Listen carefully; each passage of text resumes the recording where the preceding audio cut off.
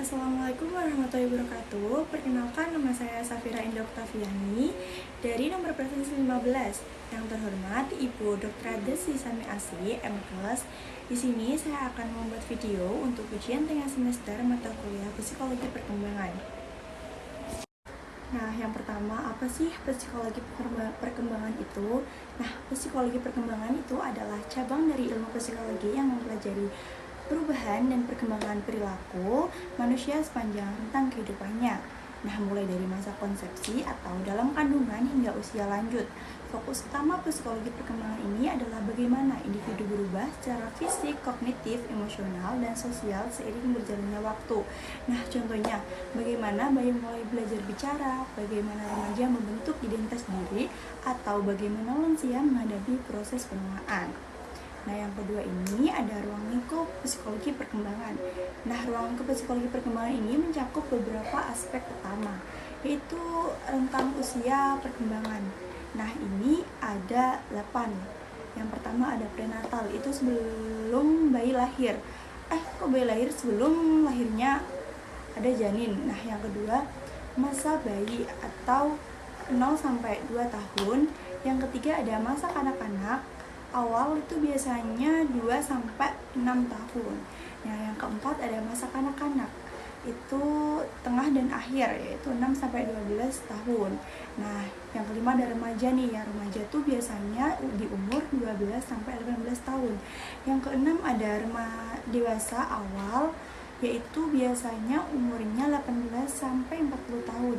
Yang ketujuh ada dewasa madya atau 40 sampai 65 tahun. Nah, yang ke-8 ini ada lansia. Nah, lansia ini biasanya 65 tahun ke atas. Nah, adapun aspek-aspek perkembangan. Nah, ini ada 4, yaitu perkembangan fisik, yaitu pertumbuhan tubuh, motorik, dan perubahan biologis. Nah, yang kedua ada perkembangan kognitif. Nah, perkembangan kognitif ini adalah kemampuan berpikir, bahasa, ingatan, dan penalaran. Nah, yang ketiga ini ada perkembangan sosial dan emosional. Nah, ini biasanya ada hubungan sosial, kepribadian, dan pengendalian emosi. Nah, yang keempat ada perkembangan moral dan spiritual. Nah, ini biasanya pemahaman yang benar atau salah, dan nilai dan keyakinan. Nah, yang ke C ada faktor mempengaruhi perkembangan. Yang pertama ada faktor genetik atau biasanya disebut herediter. Yang kedua ada faktor lingkungan yang biasanya ada keluarga, sekolah, dan budaya. Nah, yang ketiga ini ada interaksi antara keduanya. Ada keduanya antara sama manusia. Ketiga ini ada manfaat mempelajari psikologi perkembangan. Nah, mempelajari psikologi perkembangan ini juga ada manfaatnya loh. Nah, yang pertama itu ada memahami tahapan perkembangan manusia. Yang kedua, meningkatkan kemampuan mendidik dan membimbing anak. Yang ketiga, ada menyelesaikan pola asuh atau interaksi sosial. Yang keempat, membantu dalam bidang profesi tertentu. Nah, yang kelima ada mengenali dan mencegah gangguan perkembangan pada manusia.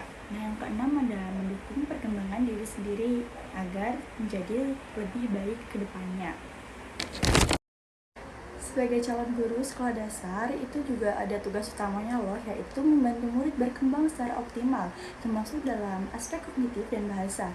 Nah, untuk mencapai hal ini, dibutuhkan berbagai upaya strategis baik di dalam kelas atau disebut pembelajaran maupun di luar kelas atau disebut juga interaksi dan kegiatan tambahan.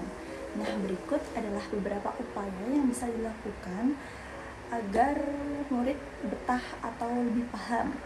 Yang pertama ada upaya di dalam kelas. Saat pembelajaran itu biasanya menggunakan metode pembelajaran aktif. Nah, contohnya itu seperti diskusi kelompok, tanya jawab, problem solving atau role play atau project based learning. Tujuannya ini menstimulasi kemampuan berpikir kritis, analisis, dan kreatif. Nah, selanjutnya ada menyajikan materi dengan cara visual, auditori, dan kinestik. Contohnya bisa menampilkan gambar, video, lagu, gerakan, atau alat peraga konkret.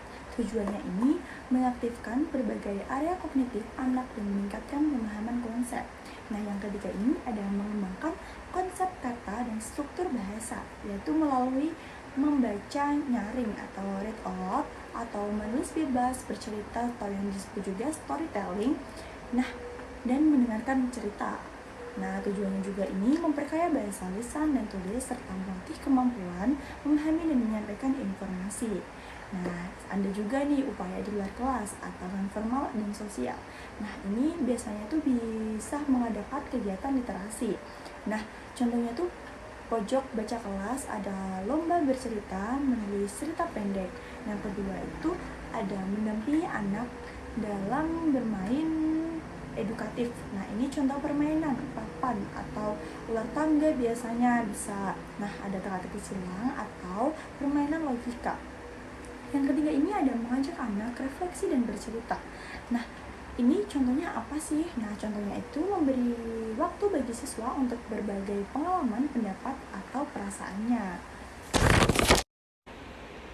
Nah, setiap anak itu juga memiliki perbedaan kemampuan, baik dalam aspek kognitif, bahasa, sosial, maupun emosional.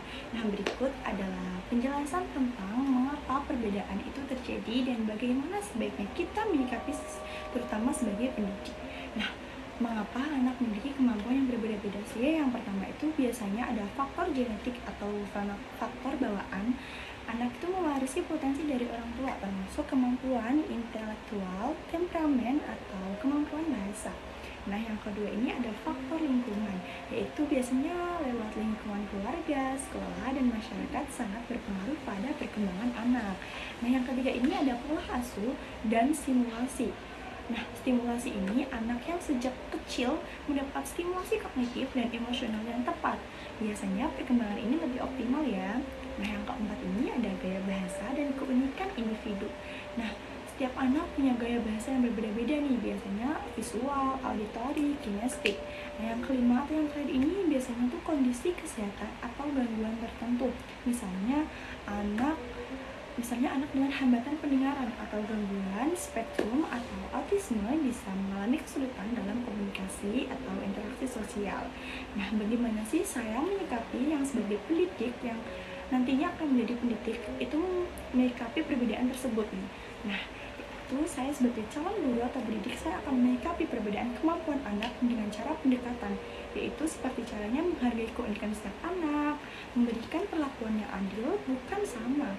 Nah, menggunakan strategi pembelajaran yang diferensiatif, yang selanjutnya ada membina rasa percaya diri anak, dan yang terakhir ada bekerja sama dengan orang tua atau tenaga ahlinya.